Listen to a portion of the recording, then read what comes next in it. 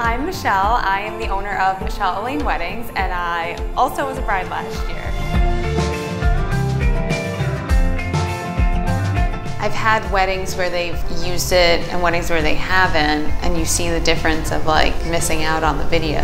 All of my brides always want to cut video first because they're like, well, we already have photography. And I'm like, you're gonna want the video, like trust me. So with me, I did the same thing. I was like, I really, really want video because I did second guess it myself. And then Jen and I had emailed back and forth and she was like, we'll do a trailer for you. And then when it was done, I was like, could you imagine we didn't do this? For couples that feel like they can't afford video, but they want it, I say just do it. Just pull from other areas. Figure out a way to get the few extra $1,000s to get the video, because after being a bride myself and knowing what I know now, I would have totally regretted if I didn't have video. Like, it's one of my favorite things from the wedding.